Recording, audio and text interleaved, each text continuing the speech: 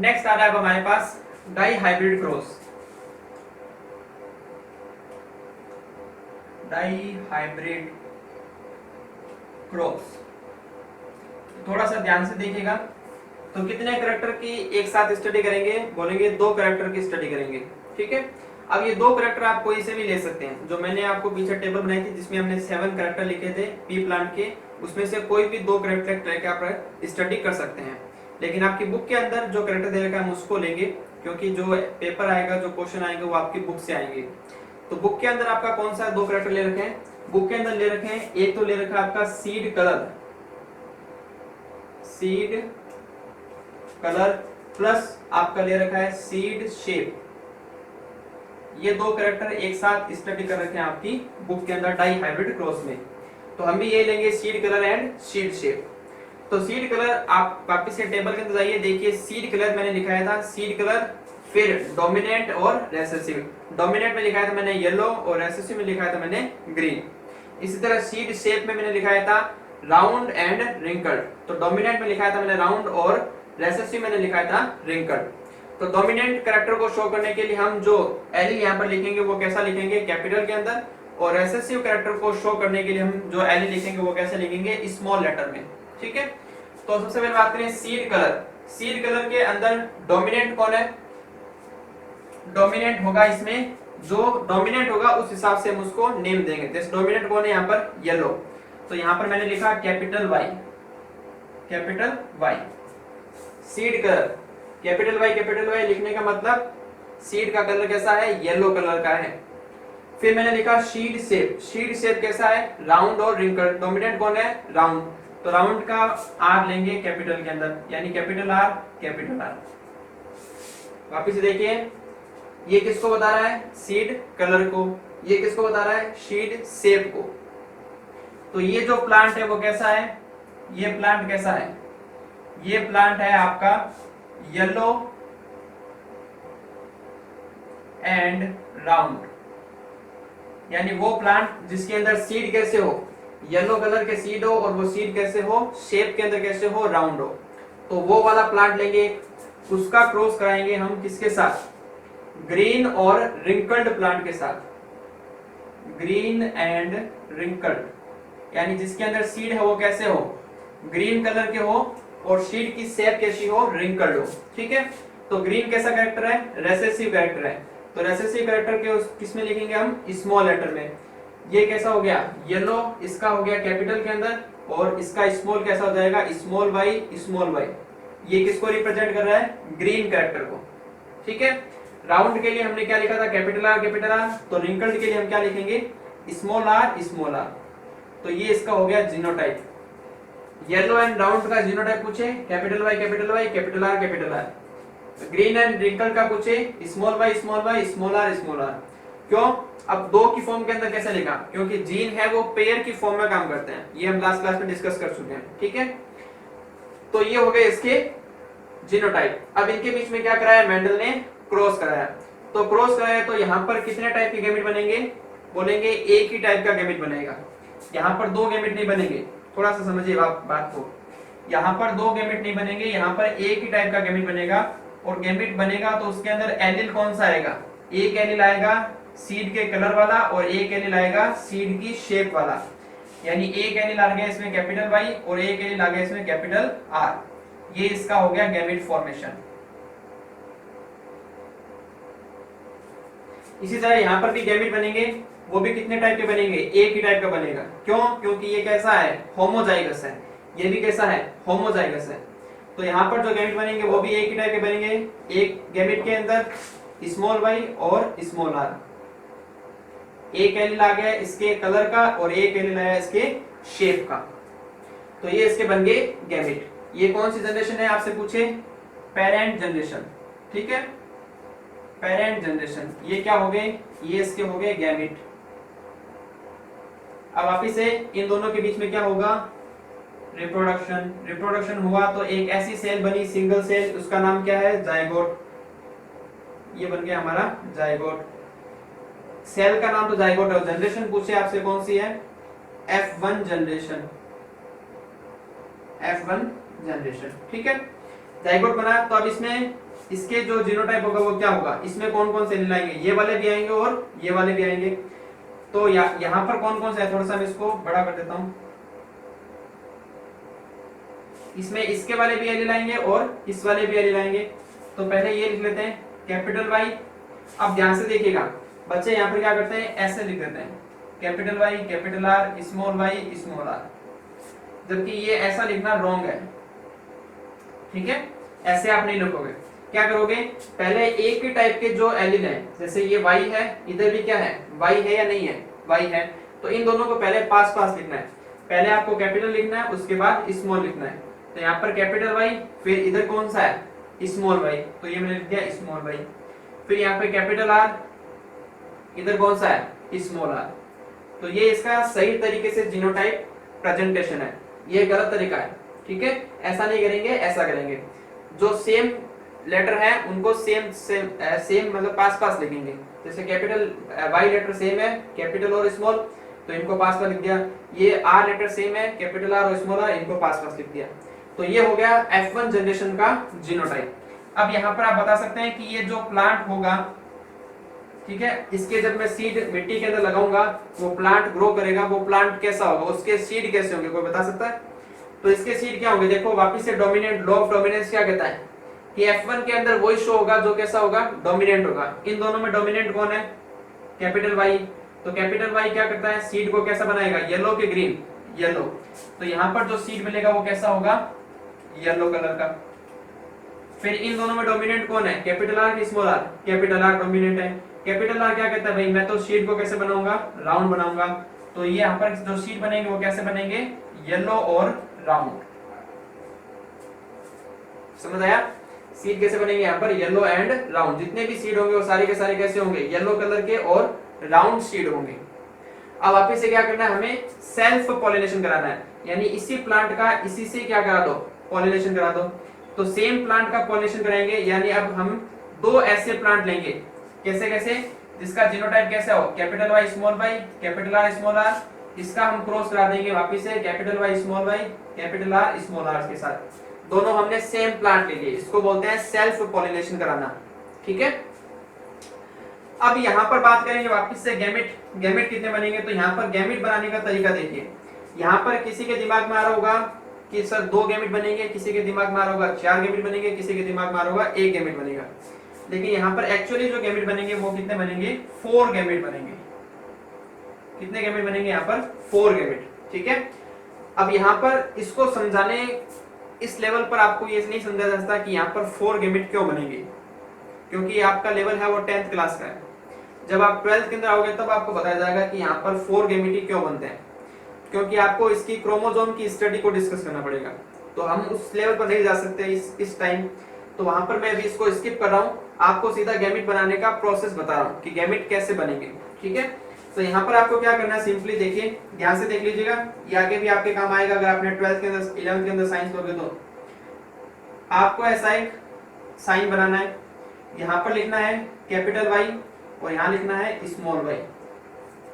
ध्यान से देख लीजिएगा, एक साइन बनाना है ऐसा, इसको लिखना है कैपिटल Y, इसको लिखना है स्मॉल y। फिर इन दोनों का सेम ऐसा साइन आगे बनाओ, यहां पर लिखो आप कैपिटल R, यहां लिखो स्मॉल r। सेम यहां पर भी साइन बनाओ ऐसा, कैपिटल R स्मॉल r। पहले एक साइन बनाना है, दोनों को अलग अलग कर दो, कैपिटल Y स्मॉल y। फिर यहाँ पर आगे साइन बनाओ, दोनों को अलग अलग कर दो, कैपिटल R स्मॉल r। फिर यहाँ पर साइन बनाओ, दोनों को अलग अलग कर दो, कैपिटल R स्मॉल r। समझ आ गया? अब यहाँ पर गैमेट क्या बनेगा, कैपिटल Y कैपिटल R, जो ये वाला बनाया था, कैपिटल Y कैपिटल R। यानी पहला इसको है वो इसके साथ जोड़ दो, फिर इसको है वो इसके साथ सम कर दो। फिर यहाँ दूसरा गैमेट कौन सा बनेगा, सेकंड गैमेट बनेगा यहाँ पे capital Y small r। Third gamete बनेगा स्मॉल y कैपिटल R, और फोर्थ गैमेट बनेगा स्मॉल y स्मॉल r। ध्यान से देख लीजिए एक बार, ऐसा बनाया कैपिटल Y स्मॉल y, फिर इसका क्रॉस आगे capital Y capital R small r। फिर इसको भी आगे तोड़ दो कैपिटल R स्मॉल r में, capital Y capital R, capital Y small r, small Y capital R और स्मॉल वाई स्मॉल आर, ये इसके क्या बन गए, गैमेट। क्या बन गए इसके, गैमेट। तो कितने गैमेट बने हैं, तो बोलेंगे 4 टाइप के गैमेट बने। अब देखो कोई भी गैमेट है वो सेम नहीं है, आप चारों गैमेट को चेक कर लो, कोई भी गैमेट आपको सेम नहीं मिलेगा। किसी के अंदर कैपिटल वाई है तो किसी के अंदर स्मॉल वाई है, किसी के अंदर कैपिटल आर है तो किसी के अंदर स्मॉल आर है, किसी के अंदर दोनों कैपिटल है तो किसी के अंदर दोनों ही स्मॉल है। तो 4 के 4 गैमेट है वो सेम नहीं है, इसलिए इसको बोलेंगे 4 टाइप्स के गैमेट। ठीक है, यहाँ पर नंबर ऑफ गैमेट की हम बात नहीं कर रहे, हम टाइप्स ऑफ गैमेट की बात कर रहे हैं। तो टाइप्स ऑफ गैमेट आपसे पूछे कितने बनेंगे, बोलेंगे 4 गैमेट बनेंगे। ठीक है, तो यहाँ पर भी कितने बनेंगे, 4 गैमेट, और यहाँ पर भी कितने बनेंगे, 4 गैमेट। अब इन दोनों का हम कराएंगे क्रॉस। तो क्रॉस कराने के लिए मुझे इसको थोड़ा रफ करना पड़ेगा, क्योंकि पूरा एक चेकर बोर्ड बनेगा बड़ा सारा, तो उसको लिखने के लिए यहाँ पर इसको स्पेस चाहिए, तो इसको रफ कर रहे हैं पहले। ठीक है, गैमेट ध्यान से देख लीजिएगा, ये आपका जो फॉर्मूला है, ये जो तरीका है वो आप थोड़ा सा नोट कर लीजिएगा, ताकि आपको आगे कोई दिक्कत ना आए गैमेट बनाने के अंदर। पहले मोनो हाइब्रिड क्रॉस के अंदर तो कोई दिक्कत नहीं आएगी, केवल डाई हाइब्रिड क्रॉस के अंदर दिक्कत आती है। तो उसका सॉल्यूशन ये है। ठीक है, अब देखिए वापिस से हमने क्या बनाएंगे, चेकर बोर्ड बनाएंगे। तो चेकर बोर्ड हमें थोड़ा सा बड़ा बनाना पड़ेगा।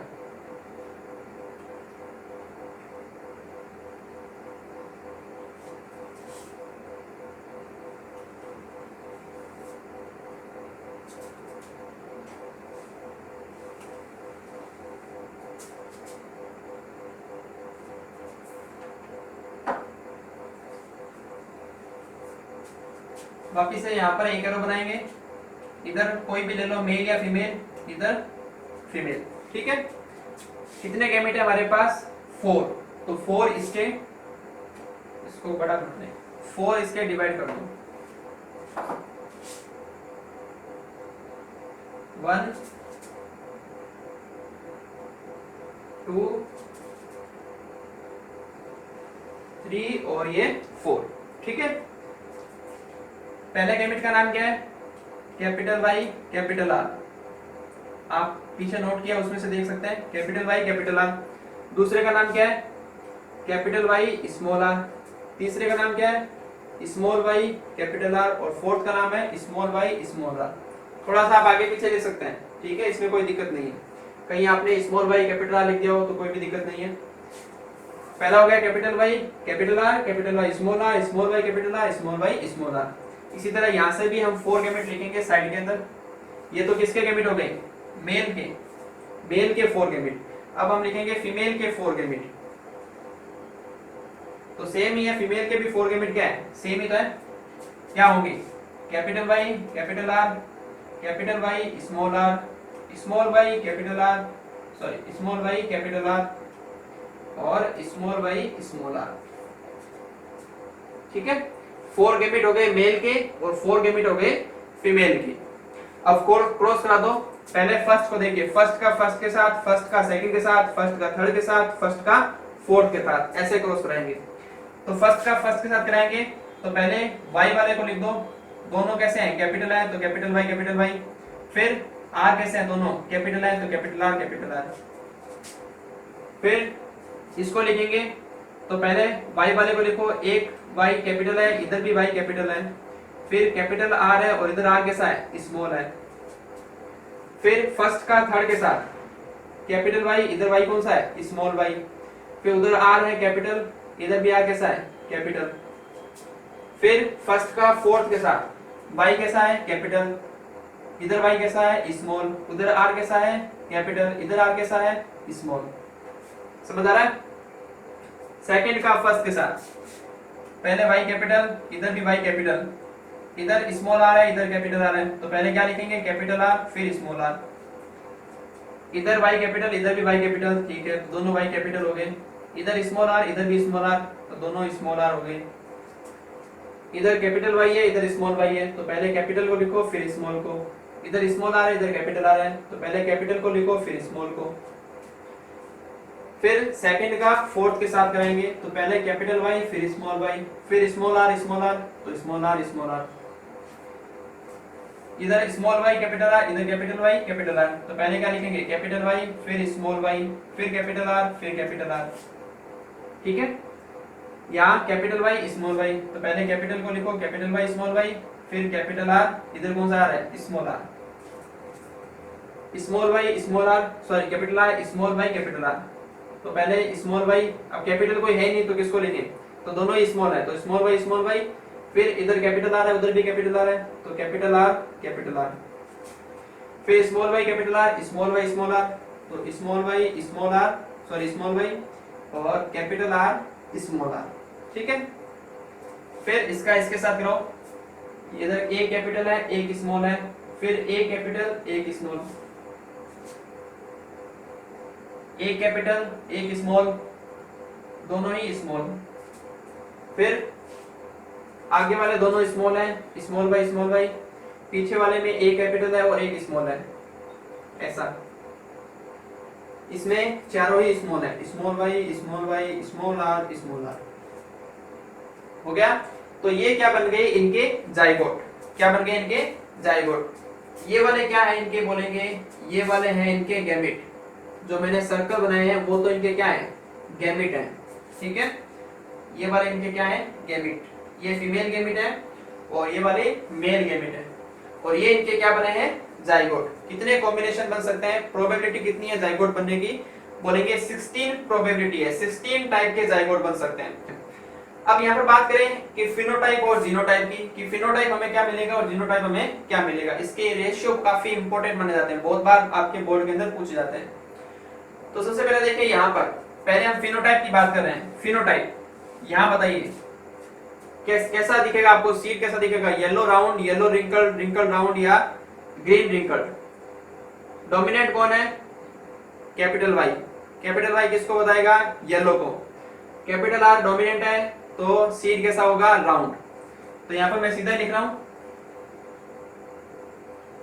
वाई, इसको पूरा लिखना पड़ेगा ना, येलो और राउंड। ठीक है, यहां सीड कैसा बनेगा येलो एंड राउंड। यहां पर देखिए सीड कैसा बनेगा, पहले देखिए वाई को, वाई के अंदर कैपिटल है कि नहीं है, कैपिटल है, इसका मतलब सीड कैसा होगा येलो। फिर इन दोनों में कैपिटल है कि नहीं है, यानी सीड कैसा होगा राउंड। फिर यहाँ आओ, इन दोनों में कैपिटल है कि नहीं है, इसका मतलब सीड कैसा होगा येलो, क्योंकि डोमिनेंट इफेक्टिव होगा। इन दोनों में सीड, दोनों में कैपिटल है कि नहीं है, एक भी कैपिटल हो या दोनों कैपिटल हो, ठीक है, तो सीड है वो कैसा बनेगा येलो ही बनेगा। तो इन दोनों में दोनों ही कैपिटल है तो कैसा बनेगा सीड राउंड। फिर यहाँ पर आओ, इन दोनों में एक कैपिटल है इसका मतलब येलो सीड बनेगा, इन दोनों में एक कैपिटल है इसका मतलब राउंड सीड बनेगा। फिर वापस यहाँ पर आओ, इन दोनों में कैपिटल वाई कैपिटल दोनों ही कैपिटल है इसका मतलब कैसा होगा येलो होगा। इन दोनों में से भी एक कैपिटल है इसका मतलब सीड कैसा होगा राउंड। यहाँ देखो दोनों कैसे हैं कैपिटल है इसका मतलब सीड कैसा होगा येलो। अब यहाँ पर देखो दोनों ही स्मॉल आ रहे हैं, तो दोनों ही स्मॉल आ रहे हैं इसका मतलब दोनों ही किसको करेंगे रिंकल सीड बनाने को रिस्पॉन्सिबल है, तो सीड कैसा बनेगा यहाँ पर रिंकल। अगर एक भी कैपिटल आर होता तो डोमिनेंस का इफेक्ट होता था और सीड कैसा बनता था राउंड, लेकिन यहाँ पर कोई भी कैपिटल आर नहीं है, दोनों ही कैसे आ रहे हैं स्मॉल आ रहे हैं, तो सीड कैसा बनेगा यहाँ पर रिंकल सीड बनेगा। ठीक है, यहाँ पर इन दोनों में एक कैपिटल है इसका मतलब येलो, इन दोनों में भी एक कैपिटल है इसका मतलब राउंड। फिर यहाँ देखिए इन दोनों में एक कैपिटल है येलो, इन दोनों में दोनों ही स्मॉल है इसका मतलब राउंड या रिंकल। ठीक है, फिर यहाँ आओ, इन दोनों में एक कैपिटल यानी कि येलो एंड राउंड, यहाँ येलो एंड राउंड। यहाँ बताइए क्या होगा येलो की ग्रीन, क्योंकि दोनों ही कैसे हैं स्मॉल, तो ग्रीन एंड राउंड, क्योंकि बाद वाला तो कैसा है कैपिटल है लेकिन आगे वाला कैसा है स्मॉल है। यहाँ बताइए ग्रीन राउंड ग्रीन रिंकल, तो यहाँ बनेगा ग्रीन एंड राउंड, क्योंकि इसमें इन दोनों में एक कैपिटल है, तो ग्रीन और राउंड। यहाँ बताइए बोलेंगे येलो एंड राउंड, क्योंकि दोनों में एक एक कैपिटल है, यहाँ येलो एंड रिंकल्ड, क्योंकि बाद वाले दोनों ही स्मॉल है। यहाँ ग्रीन एंड राउंड, ठीक है। और यहाँ पर बताइए green and wrinkled, green and wrinkled. तो ये हो गए इनके फिनोटाइप, यानी आप जब बाहर से इनको देखोगे, जब इनके सीड को देखोगे तो हमें कैसा दिखेगा, ये वाला दिखेगा yellow round yellow round yellow round yellow round, ये दिखेगा yellow round yellow wrinkled yellow round yellow wrinkled, yellow round green round green round, yellow round yellow wrinkled green round green wrinkled. इस तरह से आपको बाहर से देखोगे तो सीड दिखेगा, लेकिन इसके जीनोटाइप है वो अलग अलग हो सकते हैं। तो यहाँ पर हम बात करेंगे फिनोटाइपिक रेशियो और जीनोटाइपिक रेशियो की। तो फिनोटाइपिक रेशियो कितना आएगा और जीनोटाइपिक रेशियो कितना आएगा। फिनोटाइपिक मतलब कि बाहर से देखने पर क्या क्या मिलेगा। तो बाहर से देखने पर सबसे पहले बात करेंगे हम कि हमें कितने टाइप के फिनोटाइप मिला है। पहले ये देखिए, एक हमें मिल रहा है येलो एंड राउंड, कि सीड कैसा है, येलो कलर का है और राउंड शेप का है। दूसरा फिनोटाइप हमें मिल रहा है येलो एंड रिंकल्ड, कि एक सीड है वो येलो कलर का है लेकिन वो राउंड नहीं है, कैसा है, रिंकल्ड है। तो फिनोटाइप क्या हो गया, चेंज। तीसरा फिनोटाइप हमें क्या मिल रहा है, ग्रीन एंड राउंड, कि सीड कैसा है, कलर में तो कैसा है, ग्रीन है लेकिन शेप में कैसा है, वो राउंड है। और फोर्थ जीनोटाइप हमें मिल रहा है green and wrinkled, phenotype green and wrinkled, कि ग्रीन कलर का है और शेप में कैसा है, रिंकल्ड। तो चारों फिनोटाइप हमें अलग अलग मिल रहे हैं। तो 4 टाइप्स के फिनोटाइप हैं। अब हम बताना है कि 4 टाइप्स के फिनोटाइप हैं, उनके नंबर कितने हैं, यानी येलो राउंड वाले कितने हैं, ग्रीन राउंड वाले कितने हैं, येलो रिंकल्ड वाले कितने हैं और ग्रीन रिंकल्ड वाले कितने हैं। तो देखिए येलो राउंड 1 2 3 4 5 6 7 8 9, ठीक है। तो येलो और राउंड वाले कितने हो गए, 9।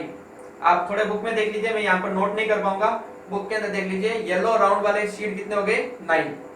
फिर आओ येलो एंड रिंकल्ड वाले, येलो एंड रिंकल्ड 1 2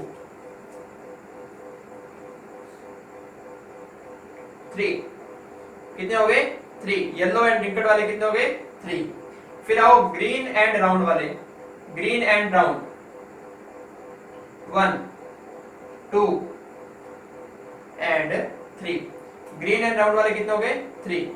और फिर आओ ग्रीन और रिंकल्ड, ग्रीन और रिंकल्ड केवल एक ही है लास्ट वाला। तो इसका फिनोटाइपिक रेशियो आएगा वो कितना आएगा, फिनोटाइपिक जो रेशियो आएगा वो इसका रेशियो आएगा वो आएगा 9 रेशियो 3 रेशियो 3 रेशियो 1। ये आप बुक के अंदर देख लीजिएगा, मैं यहाँ पर नोट नहीं कर पा रहा हूँ अभी। 9 रेशियो 3 रेशियो 3 रेशियो 1, क्योंकि इसको अगर रफ कर देंगे तो फिर आप मैं समझा नहीं पाऊंगा आपको। तो 9 रेशियो 3 रेशियो 3 रेशियो 1, ये इसका आ गया फिनोटाइपिक रेशियो। फिर हम बात करेंगे जीनोटाइपिक रेशियो की। तो जीनोटाइपिक रेशियो के अंदर बात करेंगे तो देखिए आपको कॉपी के अंदर क्या लिखना है, capital Y capital Y capital R capital R, फिर रेशियो करना है, ठीक है, कि ये वाले कितने हैं, capital Y capital Y capital R वाले कितने हैं। फिर यहाँ पर लिखना आपको capital Y capital R small R वाले कितने हैं। तो इसको मैं नोट करा देता हूँ, जीनोटाइपिक रेशियो आपसे नहीं होगा, मैं नोट करा दूंगा, ठीक है। तो इसको मैं रफ कर रहा हूँ। अब देखिए ये हो गया हमारा जीनोटाइप। तो जीनोटाइप रेशियो आपसे पूछे तो आपसे बताना है कैपिटल वाई और capital R ratio, capital Y small R ratio, capital Y capital R small R. ये जो हमने पीछे जीनोटाइप बनाए थे वो है, ठीक है, कि कितने टाइप के गैमीट आपको दिखने को, सॉरी जाइगोट आपको देखने को मिल सकते हैं। तो ये सारे उसके टाइप हैं, capital Y capital R small R, सब में डिफरेंस है देखो, ठीक है, कोई भी आपको सेम नहीं दिखेगा। Capital Y capital R small Y capital R small Y small R capital Y capital R small R, capital Y small R capital Y small R capital Y small R. अब आप जब checker board के अंदर देखोगे, जैसे अभी पीछे देखा था येलो एंड राउंड कितने हैं, येलो एंड रिंकल्ड कितने हैं, उसी तरह से आप देखना कि कैपिटल वाई कैपिटल आर जो जीनोटाइप है उसके जाइगोट कितने हैं। तो आपको केवल एक ही देखने को मिलेगा उस 16 बॉक्स के अंदर। वो कौन सा होगा, जो पहले बनाया था, फर्स्ट वाला, केवल एक ही वो दिखेगा आपको। बाकी कहीं पर भी आपको कैपिटल वाई कैपिटल आर नहीं दिखेगा। तो इसके नंबर कितने हो गए, 1। फिर देखना ढूंढना कैपिटल वाई कैपिटल आर वाले कितने हैं, तो आपको 2 देखने को मिलेंगे। दो बॉक्स के अंदर ये आएगा कैपिटल वाई स्मॉल वाई और कैपिटल आर कैपिटल आर। फिर इसी तरह capital Y capital I capital R small R, ये भी आपको दो देखने को मिलेंगे उस चेकर बोर्ड के अंदर। ये आपको चार जगह देखने को मिलेंगे, ठीक है। 4 बॉक्स के अंदर आपको कैपिटल वाई और कैपिटल आर स्मॉल आर देखेंगे। Small Y small R capital R ये एक जगह दिखेगा। स्मॉल वाई कैपिटल आर ये भी दो जगह दिखेगा। कैपिटल वाई स्मॉल आर ये एक जगह दिखेगा। कैपिटल वाई स्मॉल आर ये दो जगह दिखेगा आपको। और स्मॉल वाई स्मॉल आर ये एक जगह दिखेगा, जो लास्ट वाला यहाँ पर बनाया था ग्रीन एंड रिंकल, ये एक मिलेगा आपको। तो ये हो गया इसका जीनोटाइपिक रेशियो। अब इसको याद कैसे करना है, लर्न कैसे करना है, देखिए लर्न करने के लिए आपको सिंपल सी ट्रिक ध्यान में रखनी है, केवल आपको डाटा का ध्यान रखना। देखिए 12 24 12 12 1, क्या बोला मैंने, 12 24 12 12 1, और बीच में क्या लगा दो सबके रेशियो। तो ये हो गया इसका जीनोटाइपिक रेशियो। क्या ट्रिक है, 12 24 12 12 1, 12 24 12 12 1, 12 24 12 12 1 लिख करके बीच के अंदर क्या लगा देंगे, रेशियो लगा देंगे। तो ये हो गया डाई हाइब्रिड क्रॉस का जीनोटाइप। ये क्या है, डाई हाइब्रिड क्रॉस का जीनोटाइपिक रेशियो। अगर आपसे पूछे डाई हाइब्रिड क्रॉस का फिनोटाइपिक रेशियो पूछे तो क्या बोलोगे, लास्ट में डिस्कस किया था ना कि 9:3:1, ये है डाई हाइब्रिड क्रॉस का फिनोटाइपिक रेशियो। इसी तरह आपको पूछे मोनो हाइब्रिड क्रॉस का फिनोटाइपिक रेशियो बताइए तो क्या बोलेंगे, 3:1। आपसे पूछे मोनो हाइब्रिड क्रॉस का जीनोटाइपिक रेशियो बताइए तो क्या बोलेंगे, 1:2:1। ये 4 रेशियो आपको याद होने चाहिए, ठीक है। ये मोनो हाइब्रिड का है और ये डाई हाइब्रिड क्रॉस का है। ये 4 रेशियो आपको हमेशा याद होने चाहिए। यहाँ से एक क्वेश्चन हमेशा आता है बोर्ड के एग्जाम के, ध्यान रखिएगा, ठीक है। तो ये हो गया हमारा रेशियो से रिलेटेड क्वेश्चंस। अब लास्ट जो थर्ड लॉ है वो किस पर बेस्ड था, डाई हाइब्रिड क्रॉस पर बेस्ड था। थर्ड लॉ का नेम होता है लॉ ऑफ इंडिपेंडेंट असॉर्टमेंट। तो उसी को यहीं पर डिस्कस कर लेते हैं साथ में ही। तो देखो इंडिपेंडेंट असॉर्टमेंट क्या होता है। अब यहाँ पर हमने डाई हाइब्रिड क्रॉस के अंदर कितने कैरेक्टर लिए, तो बोलेंगे 2 कैरेक्टर लिए। एक हमने लिया सीड का कलर और एक हमने लिया सीड शेप, ठीक है। 2 कैरेक्टर की हम एक साथ स्टडी करेंगे तो क्या बोलेंगे, हम डाई हाइब्रिड क्रॉस कर रहे हैं। अब यहाँ पर देखिए डाई हाइब्रिड क्रॉस के अंदर 2 कैरेक्टर हमने लिए, तो दोनों कैरेक्टर एक दूसरे से इंडिपेंडेंटली ट्रांसफर होते हैं। क्या बोला मैंने, दोनों कैरेक्टर हैं वो एक दूसरे से इंडिपेंडेंटली ट्रांसफर होते हैं। यहाँ पर ये मान लीजिए सीड कलर है, सीड कलर का करेक्ट या इसका जीन है, और ये किसका जीन है, सीड शेप का। तो सीड शेप के जीन को इससे कोई भी फर्क नहीं पड़ेगा, और सीड कलर के जो जीन है उसके जीन को इस वाले से कोई भी फर्क नहीं पड़ेगा। यानी ये अगर प्रेजेंट है एब्सेंट है तो इसको कोई मतलब नहीं है, ये अगर प्रेजेंट है एब्सेंट है तो इसको कोई मतलब नहीं है ना। यहाँ पर आपने देखा होगा कि सीड कलर का जो जीन है उसका काम क्या है कि जो सीड होगा वो कैसा होगा, या तो येलो होगा या वो कैसा होगा, ग्रीन होगा। क्या इसने अपना कलर चेंज किया कि भाई अभी तो मैं तो येलो और ग्रीन तभी दूंगा जब मैं अकेला हूंगा, अभी तो मेरे साथ में ये भी है तो मैं येलो कलर नहीं दूंगा, मैं तो ग्रीन कलर नहीं दूंगा। आपने देखा कभी ऐसा? अभी जो हमने पूरा जो चेकर बोर्ड किया था कहीं पर भी आपने दूसरा कलर नहीं देखा, येलो और ग्रीन के अलावा कोई भी नया कलर प्रोड्यूस नहीं हुआ। इसका मतलब ये इसका जो काम है, इसका काम क्या है कि सीड को कलर देना, और कलर वो 2 ही देगा, या तो वो कलर देगा येलो या वो कलर देगा ग्रीन। तो इसके होने से भी अपने काम में कोई भी चेंज नहीं करेगा, अपना वर्क है वो चेंज नहीं करेगा। यूं नहीं है कि भाई सामने तो मेरा सीड शेप आ गया है तो अब मैं क्या करूं, अब मैं येलो कलर दूं, ग्रीन कलर दूं या कोई दूसरा कलर दूं, ठीक है, ऐसा नहीं होगा। ये अपना काम इंडिपेंडेंटली करेगा, ये भी अपना काम इंडिपेंडेंटली करेगा।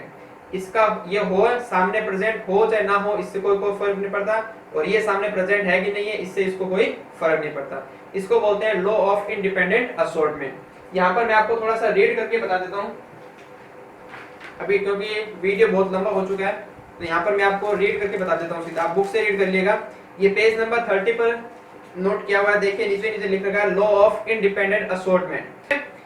तो देखिए this law of Mendel is based on the result of dihybrid cross. According to this law, if two plants having two or more contrasting character, ये मैंने बता चुका हूँ कॉन्ट्रास्टिंग कैरेक्टर क्या होता है कि जिसमें आप डिफरेंस कर सकें, एक टॉल प्लांट है एक ड्वार्फ प्लांट है, एक येलो कलर का सीड है एक ग्रीन कलर का सीड है, ठीक है, एक राउंड सीड है एक रिंकल सीड है, तो ये क्या हो गए इसके कॉन्ट्रास्टिंग कैरेक्टर। तो if two plants having two or more contrasting characters are crossed then inheritance of one character is remained unaffected by the other, that is alleles of each character not only get separated but also behave independently from each other or assorted independently, ठीक है। तो ये इसका language की form के अंदर अगर आप नोट करना चाहें तो नोट कर सकते हैं। Hence this law of known as law of independent assortment। Simple सी अगर एक लैंग्वेज में बोले कि लॉ ऑफ इंडिपेंडेंट असॉर्टमेंट क्या है कि दोनों कैरेक्टर हैं वो अपने अपने हिसाब से ट्रांसफर होंगे, एक कैरेक्टर का दूसरे कैरेक्टर पर कोई भी इफेक्ट नहीं पड़ेगा, ये इसका सिंपल लैंग्वेज के अंदर आंसर होगा, ठीक है। तो ये हो गया लॉ ऑफ इंडिपेंडेंट असॉर्टमेंट। उसके बाद डाइहाइब्रिड क्रॉस हो चुका है। लास्ट एक टॉपिक आता है आपका importance of Mendel's law of inheritance, कि जो मेंडल्स ने लॉ दिए अभी तक उनके हमारे क्या क्या इंपॉर्टेंस है, हमें इसको क्या क्या फायदा हुआ है। तो सबसे फर्स्ट लॉ देखिए, ये भी आपको मैं यहीं से रीड करा रहा हूँ, आपको नोट नहीं कराऊंगा, आप नोट कर लीजिएगा आराम से। फर्स्ट देखिए, फर्स्ट पॉइंट दे रखा है the expression of dominant character in living beings is very important because many harmful and lethal genes can not be expressed their character due to their recessive nature.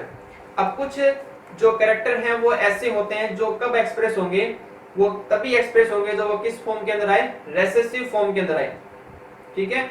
इसमें कुछ आपके harmful character भी आते हैं, harmful effect भी आएंगे जिनको, और कुछ ऐसे जीन भी आएंगे जो कब और कब एक्सप्रेस होंगे जब वो रेसेसिव फॉर्म के अंदर हो। रेसेसिव फॉर्म मतलब जब दोनों ही जो इसके एलिल हो वो कैसे हो, स्मॉल के अंदर हो।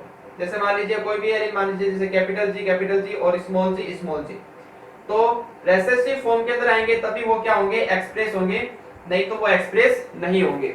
तो इस कारण से ये भी हमें कैसे पता चलता है, ये भी हम मेंडल्स के लॉ से हम पता कर सकते हैं, ठीक है, डोमिनेंट और रेसेसिव कैरेक्टर से। सेकंड देखिए, by presentation of Mendel's law of segregation gene concept is established. जो मेंडल्स का जो लॉ था, लॉ ऑफ सेग्रीगेशन, उसी बेसिस पर है वो जीन का कांसेप्ट दिया गया था और बताया गया था कि जीन्स है वो पेयर के रूप में प्रेजेंट होते हैं और जब गैमेट बनेंगे तो ये जीन्स के जो एलिल हैं वो एक गैमेट के अंदर एक एलिल ट्रांसफर हो जाएगा। तो ये सारा जो कांसेप्ट दिया गया था वो कौन से लॉ पर दिया गया था, जो बोलेंगे लॉ ऑफ सेग्रीगेशन के कांसेप्ट पर दिया गया था। तो सेकंड हो गया। Third, according to law of segregation a gene has two alleles and these controls two contrasting characters. ये बात कर चुके हैं कि कैपिटल टी किसको कंट्रोल करेगा, टॉलनेस को, स्मॉल टी किसको कंट्रोल करेगा, ड्वार्फनेस को। तो दो एलिल्स होते हैं जीन्स के और वो दोनों एलिल है वो अलग अलग कॉन्ट्रास्टिंग कैरेक्टर को क्या करते हैं, कंट्रोल करते हैं। ये भी हमें कैसे पता चलता है, लॉ ऑफ सेग्रीगेशन से, ठीक है। 4 number point, new characters produced in the hybrid offspring come into our knowledge by the law of Mendel. अब यहां पर आपने देखा होगा ये वाला जो एग्जांपल है, इसको मैं थोड़ा सा रफ कर देता हूं।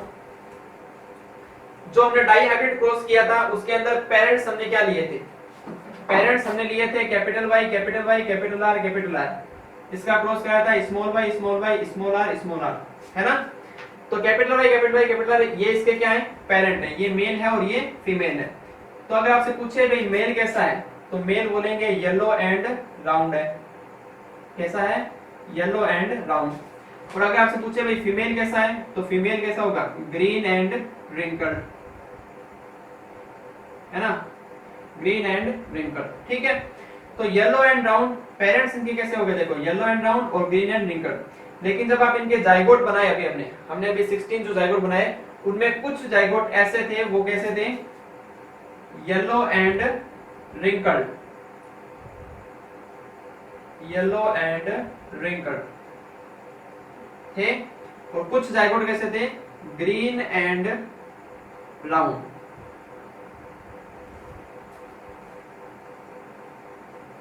इनके पेरेंट्स कैसे थे पूछे, yellow and round, green and wrinkled. लेकिन इनके जो बच्चे हुए, जो सीड बने, वो कैसे थे, yellow and wrinkled and green and round. यानी कुछ इनके अंदर क्या आ गई, वेराइटीज आ गई। वेराइटीज मींस इसमें इसके भी कैरेक्टर आ गए और इसके भी कैरेक्टर आ गए, तो एक नई स्पीसीज है, नया सीड है वो प्रोड्यूस होना स्टार्ट हो गया, ठीक है। तो ये 4 नंबर पॉइंट है, इसका एग्जांपल है न्यू कैरेक्टर्स। ये इसके क्या है, न्यू कैरेक्टर है। ये पेरेंट्स के अंदर तो अलग अलग थे, इन दोनों में क्या हो गए, मिक्स होके आ गए। तो new character produced in the hybrid offspring come into our knowledge by the law of Mendel. तो ये भी हम किससे एक्सप्लेन कर सकते हैं, मेंडल्स के लॉ से एक्सप्लेन कर सकते हैं, जो हमने पीछे अभी चेकर बोर्ड बना के किया था। 5 number point, useless characters can be removed and useful characters can be brought together in the same species. अब कुछ कैरेक्टर जो हमारी बॉडी के अंदर यूजलेस हैं वो क्या होंगे, धीरे धीरे आते आते जो नेक्स्ट जनरेशन आएगी उसके अंदर क्या हो जाएंगे, वो एकदम गायब हो जाएंगे, ठीक है, वो एकदम हमारी जनरेशन से हट जाएंगे। और कुछ जो यूजफुल कैरेक्टर होंगे जो हमारे लिए काम के होंगे वो क्या हो जाएंगे, हमारी जनरेशन के आगे आगे ट्रांसफर होते जाएंगे। तो ये कंसेप्ट भी हम किसके थ्रू समझा सकते हैं, मेंडल्स का जो लॉ है उसके थ्रू हम समझा सकते हैं। 6 number point, disease resistance and high yielding varieties of crop plants can be developed by the use of Mendel's law of inheritance. अब कुछ ऐसी आपने देखा होगा, आपने सुना होगा कि जो एक कॉलेज है या यूनिवर्सिटी कह लीजिए आप, ICAR, Indian agriculture of counselling, ठीक है, उसके अंदर क्या होता है कि तरह तरह की वेराइटीज है वो तैयार की जाती है क्रॉप की, जिसमें क्या करते हैं, मान लीजिए एक ऐसा प्लांट है, जैसे मैं थोड़ा सा यहाँ पर आपको इसको रख कर देते हैं, ठीक है, तो मान लीजिए हमारे पास 2 प्लांट है, उनमें से एक प्लांट ऐसा है जो कम वाटर के अंदर क्या कर सकता है, सरवाइव कर सकता है। यानी अगर इस प्लांट को कम वाटर मिले या वाटर की जो रिक्वायरमेंट है या उसके आसपास जो अवेलेबिलिटी है वो वाटर की अगर कम हो तब भी ये प्लांट क्या कर लेगा, सरवाइव कर लेगा। और एक प्लांट ऐसा है जिसके अंदर बहुत ज्यादा क्वांटिटी के अंदर, हाई क्वांटिटी के अंदर वो क्या करता है, फ्रूट प्रोड्यूस करता है। ये इसकी क्वालिटी है और ये इसकी क्वालिटी है। ये कम वाटर में भी जिंदा रह सकता है और ये हाई क्वालिटी के अंदर, हाई क्वांटिटी के अंदर फ्रूट है वो प्रोड्यूस करता है। तो हमने क्या किया, एक प्लांट हमने ये लिया और एक प्लांट हमने ये लिया, इन दोनों के बीच में क्या करा देंगे, क्रॉस।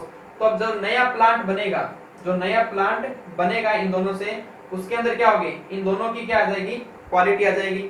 यानी वो नया प्लांट हाई फ्रूट है वो प्रोड्यूस करेगा, ठीक है, और अगर उसको वाटर कम मिले तब भी वो क्या रह सकता है, सरवाइव कर सकता है उस एरिया के अंदर, है ना। तो ये दोनों क्वालिटी किसमें आ गई, इसमें आ गई। तो इसी को बोलते हैं जो हमने अभी 5 नंबर 6 नंबर पॉइंट पढ़ा है, disease resistance and high yielding varieties of crop plants can be developed by the use of Mendel's law of inheritance.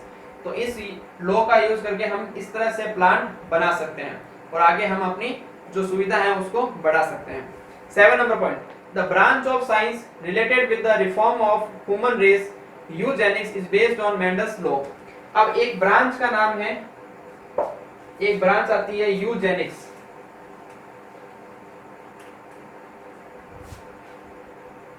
Eugenix, ठीक है, ये एक साइंस की ब्रांच है, जैसे जेनेटिक्स है उसी तरह साइंस की एक ब्रांच हो रहा है यूजेनिक्स। इसमें हम क्या करते हैं कि मेंडल्स ने जो लॉ दिए हैं, ठीक है, मेंडल्स के जो लॉ हैं उनकी हम स्टडी करते हैं और हम ये पता लगाते हैं कि इन लॉ को हम कैसे यूज कर सकते हैं ह्यूमन वेलफेयर की फॉर्म के अंदर। यानी ह्यूमन वेलफेयर के लिए हम इन लॉ को कैसे यूज कर सकते हैं, ह्यूमन वेलफेयर, ठीक है, ह्यूमन वेलफेयर के लिए, मानव कल्याण के लिए हम इन लॉ को कैसे यूज कर सकते हैं और इनके क्या क्या एप्लीकेशन है जो हम ह्यूमंस पर यूज करके ह्यूमंस का जो लाइफ साइकिल है जो उसको बढ़ा सकते हैं, जो डिजीज की जो प्रोबेबिलिटी है, जो उसको बार बार डिजीज हो रही है उसको कम कर सकते हैं। यानी कुल मिलाकर के जो ह्यूमन की जो लाइफ स्टाइल है उसको चेंज कर सकते हैं। तो इन सब की स्टडी की जाती है एक ब्रांच के अंदर, उस ब्रांच का नेम होता है यूजेनिक्स, ठीक है। तो ध्यान रखिएगा, साइंस की एक ब्रांच है यूजेनिक्स जिसमें क्या करते हैं, मेंडल्स के लॉ की स्टडी करते हैं, किसके लिए, ह्यूमन वेलफेयर के लिए। क्लियर। तो ये हो गया आपके last topic, the branch of science related with reform of human race eugenics is based on Mendel's law, ठीक है। तो ये हो गए कुछ importance of Mendel's law of inheritance. इसी के साथ आपका जो चैप्टर है वो भी आज एंड होता है। जो जेनेटिक्स वाला चैप्टर स्टार्ट किया था वो यहाँ पर आकर एंड हो चुका है। तो अगर आपको कोई भी यहाँ पर डाउट हो पूरे चैप्टर के अंदर कहीं पर भी, तो आप कमेंट में मुझे पूछ सकते हैं, मैं उसका आंसर दे दूंगा। किसी को टॉपिक अगर समझ में ना आया हो तो बता दीजिएगा। तो ये हो गया हमारा आज का वीडियो। नेक्स्ट वीडियो के अंदर हम स्टार्ट करेंगे नेक्स्ट टॉपिक, देखते हैं कौन सा स्टार्ट करते हैं। आपको कोई और आइडिया हो तो कमेंट में बता देना। अगर आप किसी टॉपिक को पसंद करते हो, कोई टॉपिक चाहते हो, तो वो टॉपिक आप कमेंट में बॉक्स में बता देना, तो वो स्टार्ट कर लेंगे। तो चलिए मिलते हैं नेक्स्ट वीडियो के अंदर, तब तक के लिए टाटा, गुड बाय।